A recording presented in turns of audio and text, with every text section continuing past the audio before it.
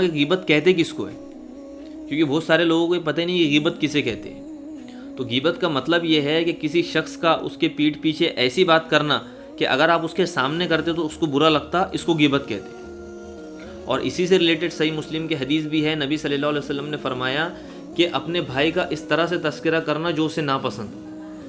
تو صحابہ نے پوچھا یا رسول اللہ اگر وہ برائی اس میں موجود ہو تو پھر کیا حکم ہے؟ تو فرمایا کہ اگر وہ برائی اس میں موجود ہے تو تم نے اس کی غیبت کی، لیکن اگر وہ برائی اس میں موجود نہ ہو تو تم نے اس پر بہتان لگایا۔ اور آج زیادہ تر مارکیٹ میں یہی ہو رہا، اگر کوئی کسی کی پیٹھ پیچھے برائی کر بھی رہا ہوتا تو برائی کر کے اس نے غیبت کا گناہ تو اپنے ذمے لے لیا، لیکن دو باتیں ایکسٹرا کر کے وہ غیبت کے ساتھ ساتھ بہتان کا گناہ بھی اپنے کھاتے میں ایڈ کر رہا ہوتا۔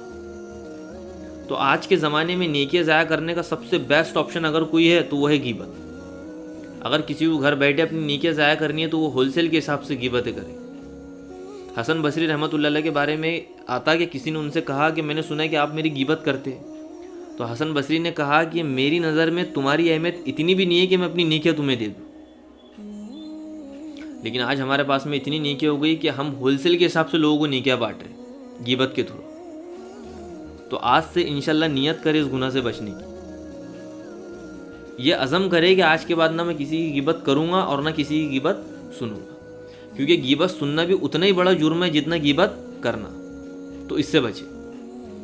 دیکھیں اگر کسی دور میں کسی گناہ کو کرنے والے لوگ زیادہ ہو، لیکن اگر آپ صرف اللہ کے خوف کی وجہ سے اس گناہ کو چھوڑتے ہو تو جو بیسک اجر اس گناہ کو چھوڑنے کا ہے اللہ اس اجر کو 10 گنا بڑھا کر آپ کو دے رہے ہوتے۔ کیوں؟